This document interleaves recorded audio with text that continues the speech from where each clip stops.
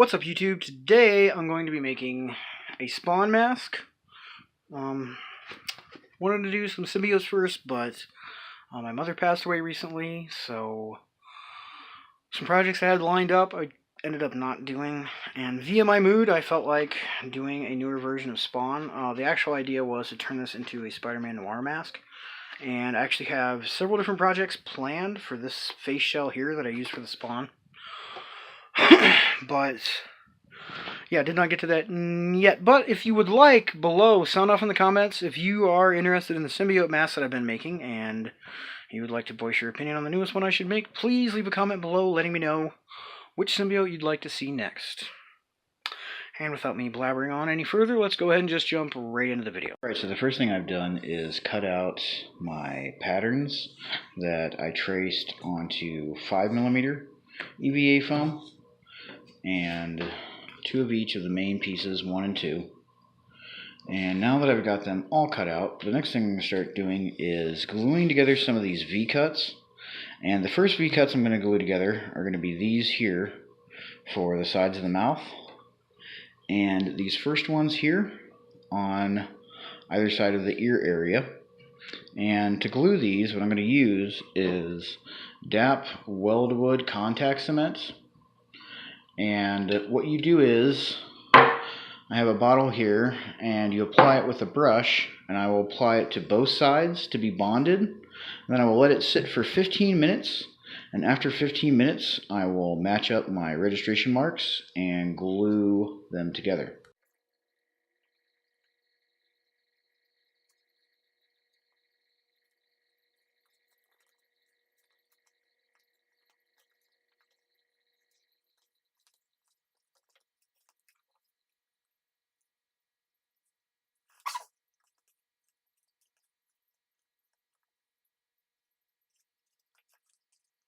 Alright, now that I have these put together, I'm going to go ahead and apply contact cement to all of these other V-cuts in here, and also on the number 1 piece. And the reason why I did these two is just because, well, for one thing, this is a little awkward, and the other thing is this chin is going to take a bit to stretch this into place, because this edge here needs to match up with this edge here, and these 2 registration marks need to match up. So you can see, just with me basically pushing it in place, it's not going to work. I'm going to have to stretch and pull this around and heat and curve this as well. But these 2 are kind of the most awkward to start off with.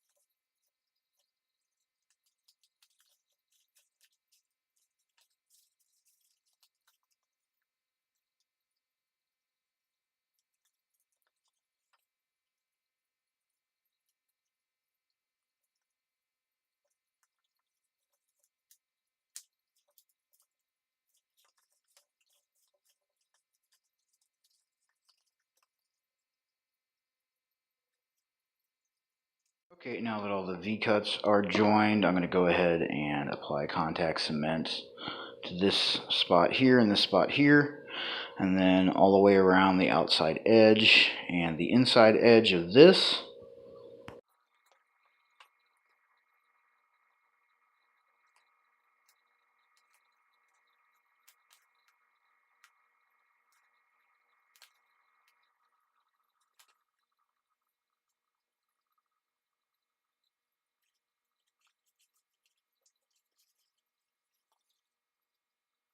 Alright, now that both halves have been assembled, I'm going to go ahead and apply contact cement and glue the 2 sides together.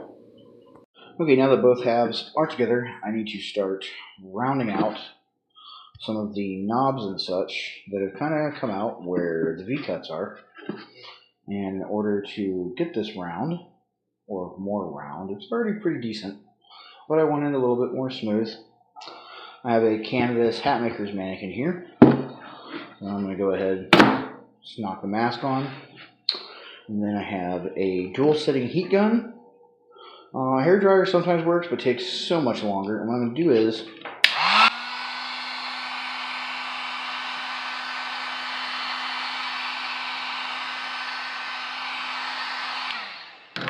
heat up my surface area, and then use the round surface of the mannequin head underneath to help round out and smooth out some of these more knobbier areas.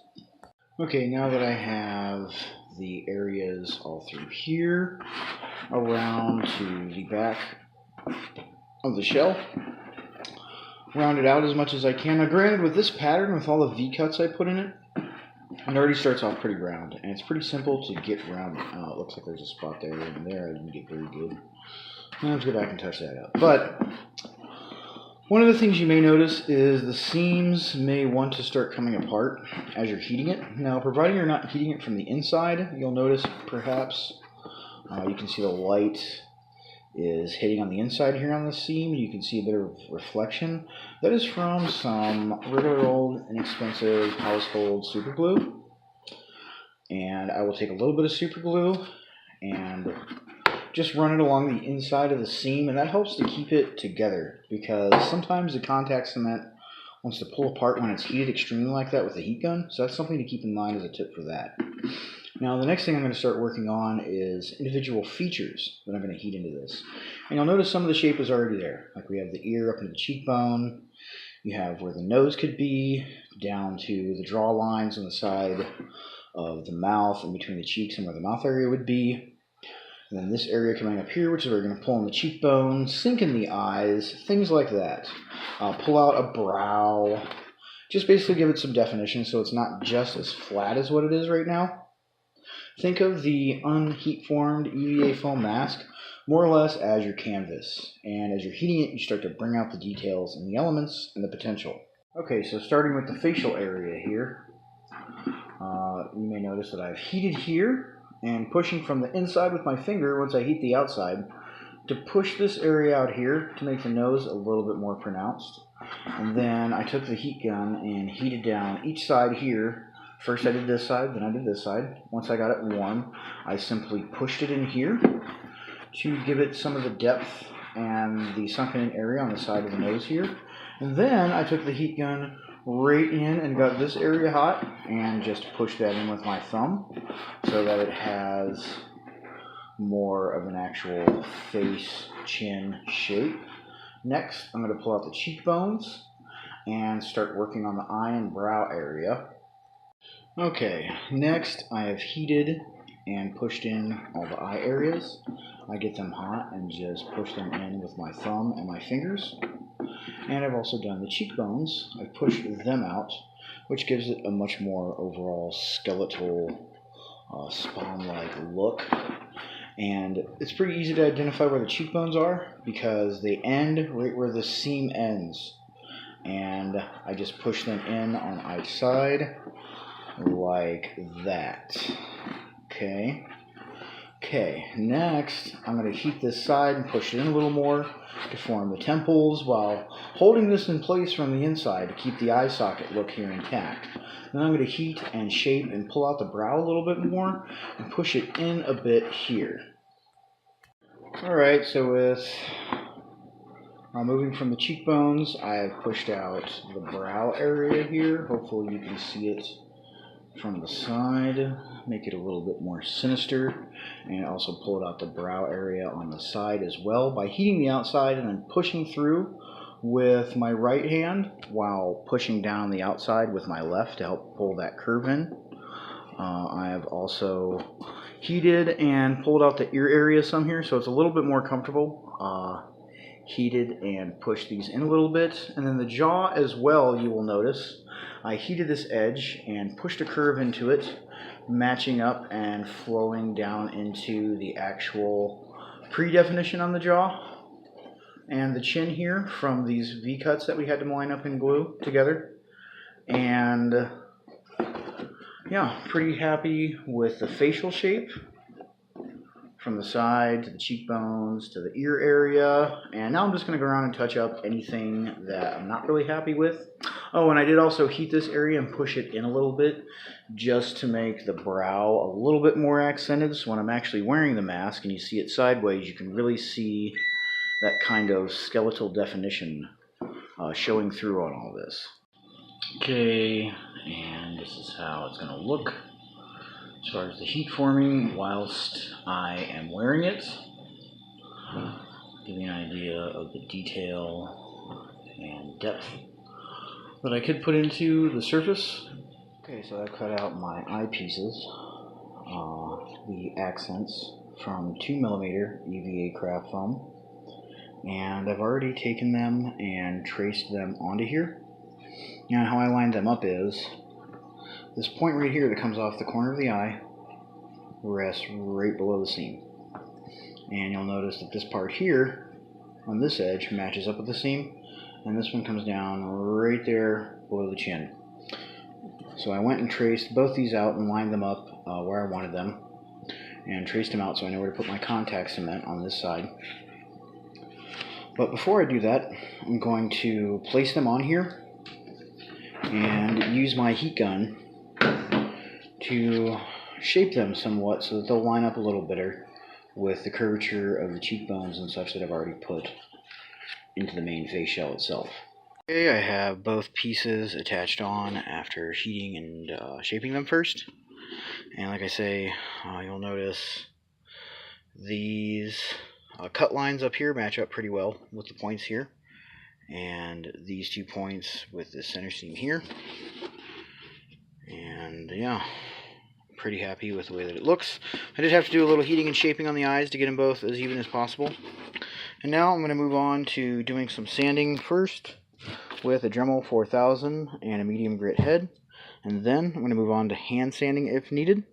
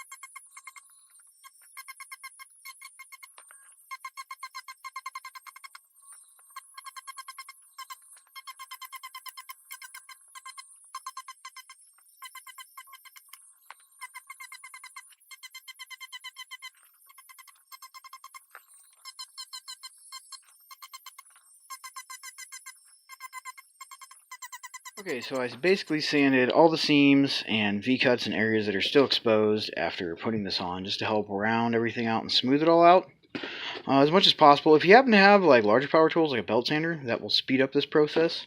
Or you can do it by hand, but I would use a medium grit sanding block at first and then a fine grit. I would start off around 320 and go down to probably around 600. You can do a rougher grit, but it will put lines and sometimes gouge and even tear the foam. So be patient and use a finer grit if you're going to hand sand. Okay, so I wanted to get a skin-like texture in between the accents around the eyes that I did in 2mm foam. So I am taking 1-ply toilet paper and I'm tearing off squares of it. You could also use tissues, but make sure there's no print or anything and they're just plain. And then I am wrinkling them up. And then I would usually use latex, but for the sake of not using super expensive and sometimes difficult to find things or things you'd have to order, I am just using Mod Podge. And what I'm doing is I am wetting the area and then applying the toilet paper to it and sealing it in. Once this dries, I'm going to go back through and do a couple more coats just to smooth it out and make it look as much like wrinkled skin as possible. The Mod Podge will self-level and fill in to an extent if you scrape it in certain areas that you want to be a little smoother, for example. But yeah, just to demonstrate this on camera, take a brush with my Mod Podge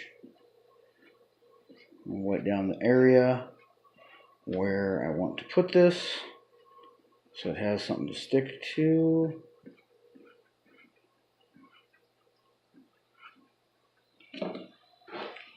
Just grab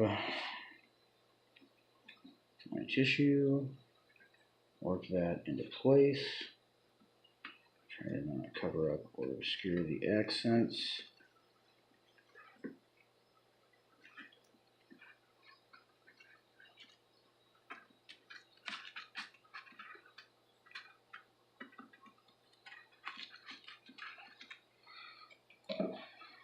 Just get it dripping wet, and I just kind of dab it on. Try to soak it in as much as possible. I'll use the brush to push it in place and to work it around. I just kind of dab it and continue to do that so I get it as close to what I'm desiring. Okay, so this is a pretty ugly mess, but yeah, I got all of the skin texture on by basically covering the whole entire thing with the tissue that was wrinkled up. And after a couple layers of Mod Podge, I mixed some Mod Podge with some black paint just to relatively turn it all the same color so I could see how it's going to look in the light. Now this still has a bit more to dry. It is not fully dried yet, but after this dries, I will come back and plasti dip it.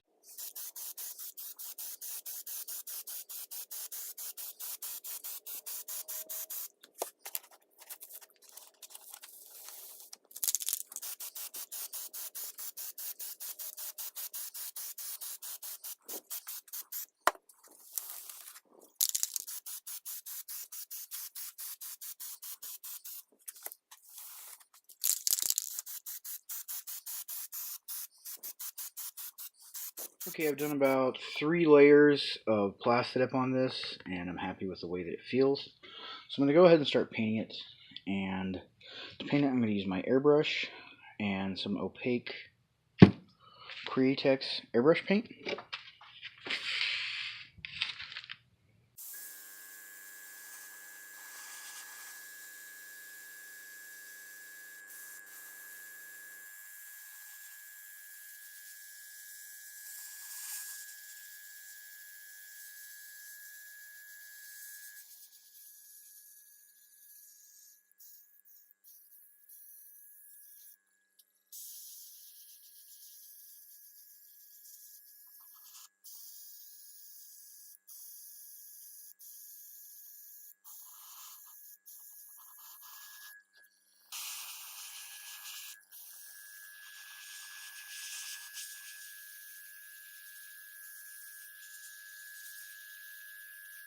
Okay, I finished up with the black, and you'll notice I did a little pre-shading around the eyes. I am, of course, going to paint this area white next using my airbrush.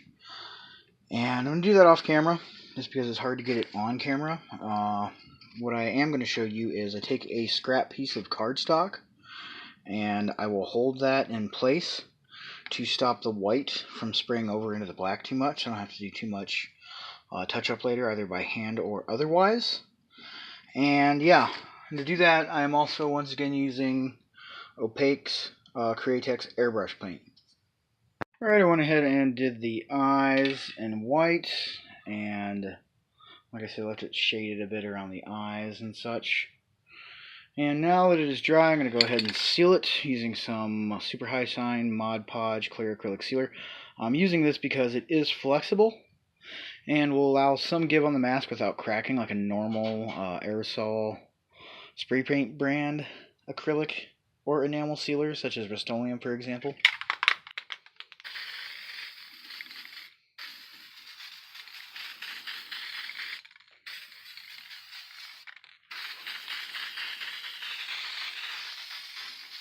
Okay, so the clear coat has had plenty of time to dry, and if you'll notice too, I've already put in the green for the eyes, and I did this using a Mountain Dew 2-liter bottle.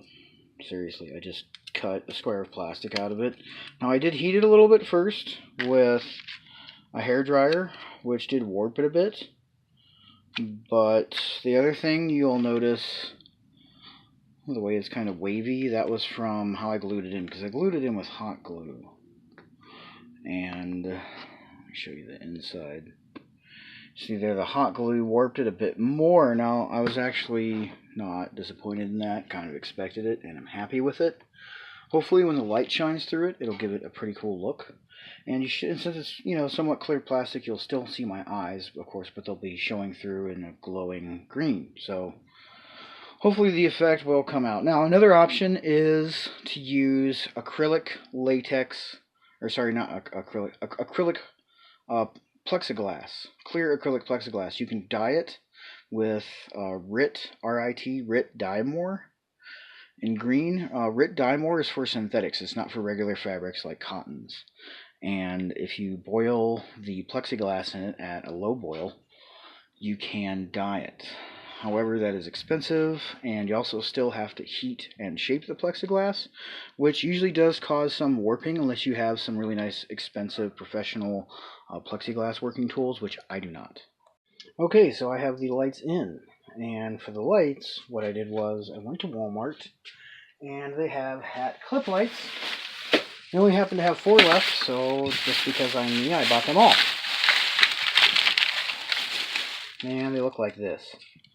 Now they have this little clip here on the bottom, but the clip that actually holds it onto the bill of your hat is just held in with 2 screws.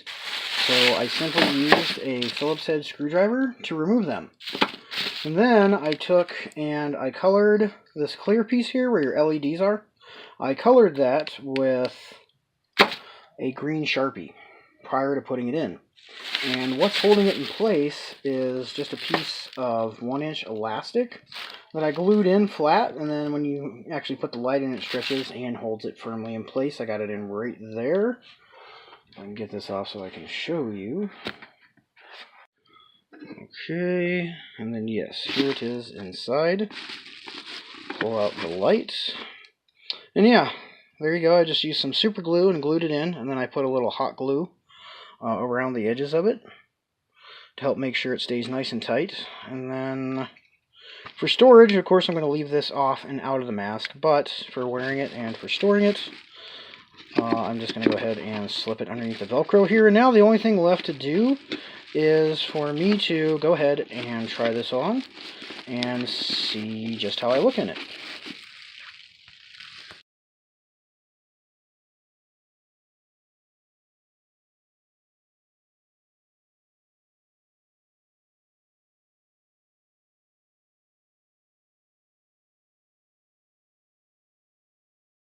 Okay, so that pretty much wraps it up for this video. I hope y'all enjoyed this video and what I've done, and hope you have fun with your own projects and this inspires you and gives you some ideas, even if you don't use my patterns, maybe techniques or ideas or something. For some reason you're watching this, and I thank you for that. I've been able to pass 3,000 subscribers and still going.